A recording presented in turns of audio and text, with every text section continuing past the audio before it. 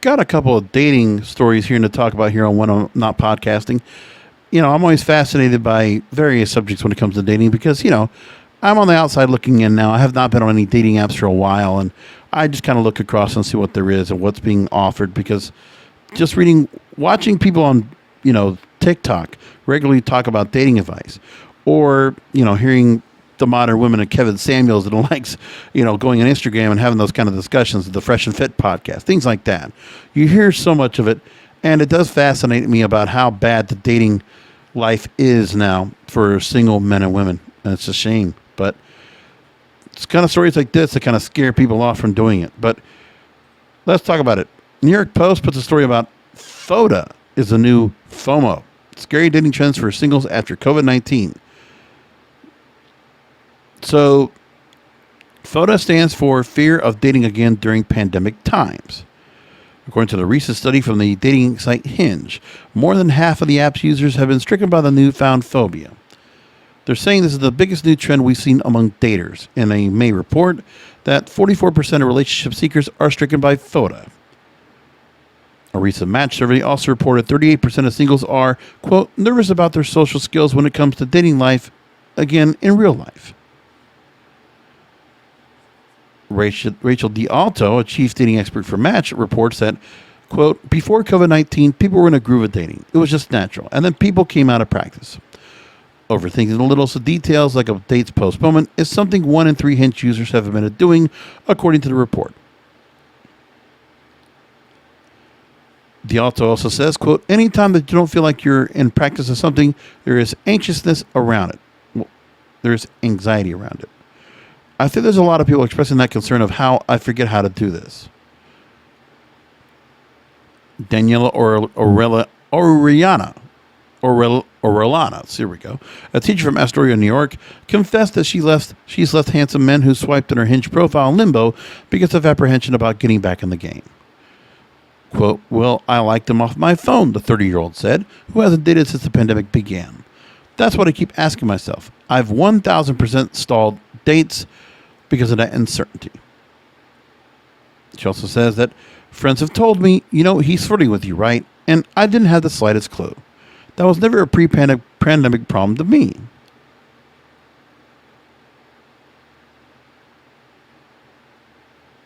So no wonder some single New Yorkers have decided it's easier to stay home. But there is hope, they're saying. There is talk of taking baby steps of short-length activities for first dates, arranging a walk in the park instead of diving headfirst into an hours-long dinner. But there's no money involved, and the girl's not going to get anything from it. They're not going to go out on a walk. That's not going to make sense. I don't know. I'm not sure if I feel the same about, fear of dating after pandemic. And no, it's just fear of dating. Let's just be honest about it. When you look at what's going on here, people are just kind of afraid. For me, I feel like if I even try to approach a girl now, I don't know what I'm going to say. And if I say anything, I feel like anything could just kind of trigger a response, trigger something that just go bad. I don't know. Well, then there's the other part that's going on now of the kind of man that you need to be to attract a woman. Well, according to InsideHook.com, the hottest kind of man you could be right now is a submissive and breedable one. Around the internet, commenters are flipping gender roles on their head to forge a new version of male desirability. Logan Mahan writes that gone are the days of bloodthirsty conquistadors, savage caveman, and Herculean hero. So they're talking about toxic masculinity, right? Because according to large swaths of the internet, the hottest thing a man can be now is submissive and perhaps breedable. There's the new meme in our midst. Users across Twitter, TikTok, and Instagram are using the phrase submissible and breedable to compliment thirst and their thirst after men. Often cis men they find attractive to the degree that men are now co-opting it in themselves, boasting about qualities like acquiescence and fertility to highlight their desirability. According to Know Your Meme, the language refers to a viral tweet posted by user at T4Rig on July 23rd of this year. The tweet bluntly encourages men to normalize platonically telling your bros they look submissive and breedable, with a bunch of clapping emojis interspersed between each word. Over the next few days, the phrase became a copy-paste, with internet users applying it to various images, like the one from Patrick Bateman, the Christian Bale character in American Psycho. A new article by Morgan Sung for Mashable, the term submissive and breedable actually comes from an even earlier copy-paste, one that circulated back on TikTok back in March. User, yeah, that ain't me, captioned their video, quote, feeling petite right now, maybe a little vulnerable in this cardigan, perhaps breedable. Then it started becoming popular in internet stan communities. Fans would describe photos of their favorite K-pop idols, anime characters, and other hot men as petite and fertile, perhaps breedable. Yeah, breedable as in, okay, so you're basically getting a surrogate. So you're getting someone that's just a surrogate. That's what they're called, surrogates. The same thing when a same-sex couple or someone that cannot or not able to go ahead and breed their own spawn, they will go ahead and find someone to just be, off of their eggs, and make sure they find somebody that's going to be just, kind of where like a woman could be a findom, and they want a pay pig to also be breedable and submissive. That's the kind of idea. It's a very toxic. This is very toxic when you talk about, instead of toxic masculinity, this is very toxic thinking in my own mind, because of the thought that you want men to be less of who they are. You're trying to create some biological quotient that never happens. It's not possible. Not all these guys are going to be like that. So men that are trying to be alpha these days, they're trying to say here that those kind of men are persona non grata by the women of the current modern woman of this phase. Of course, the terms submissible and breedable also have roots in kink.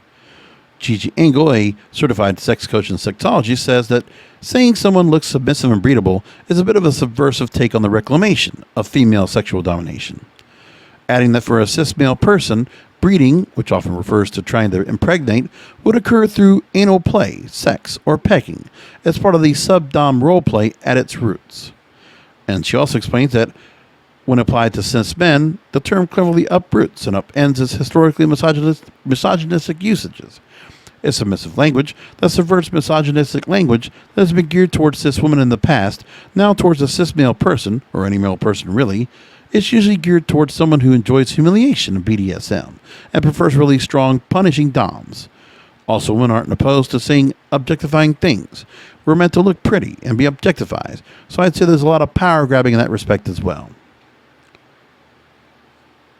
Now, they also mentioned the fact about how there are various memes and spaces where the usage is very popular in, say, queer fan fiction circles to harassment.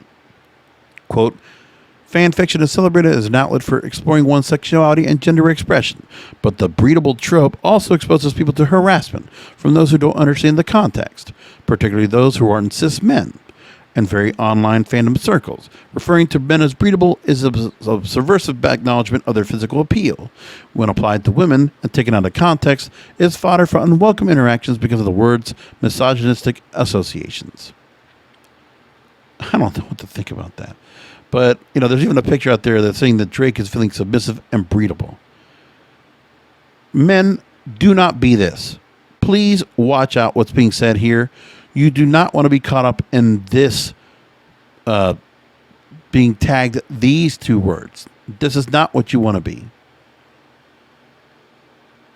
Now, there's also saying that this is an example of how the younger generation is redefining traditional gender roles, particularly in heteronormative relationships. Lauding a man for being docile is quite different from stereotypical notions of male desirability. Rather than equating strength and dominance with sexual appeal, calling a man submissive and breedable is a way of reclaiming and asserting female domination. After all, Gen Z women are apparently dying to peg their boyfriends. Their self-proclaimed submissive and breedable men on the other end of the equation might just be up for it. Well, there's going to be guys who are going to be acting like this, but please, let's work on getting these men to be men. Let your testosterone fly. Like, that's what you have. But then, let's just be straight up about it. If you were going to go ahead and breed with another woman, with a woman about, having a child together, you want to be that strong, dominant, supportive, secure male, secure in your testosterone, to secure in your masculinity. Because if you are breeding a boy, you want that boy to be with the traits of a man. Now, that doesn't say anything about if you're getting them to be, submissive and breedable. We're not talking about the fact that these children might have traits of being gay. The point is that if they're going to be gay, they'll figure that out sometime in their life. But I think some people are trying to think that, well, we can make, children just have either effeminate or masculine traits and change their gender roles as they are born. That's what I think some of this argument's from. You tell me if I'm wrong. Anyway, please follow and share this video. If you're listening to the audio in, make sure to go ahead and subscribe, share this with others. Let's get the word together about when I'm not podcasting and let more people hear about this. I will talk to you next time.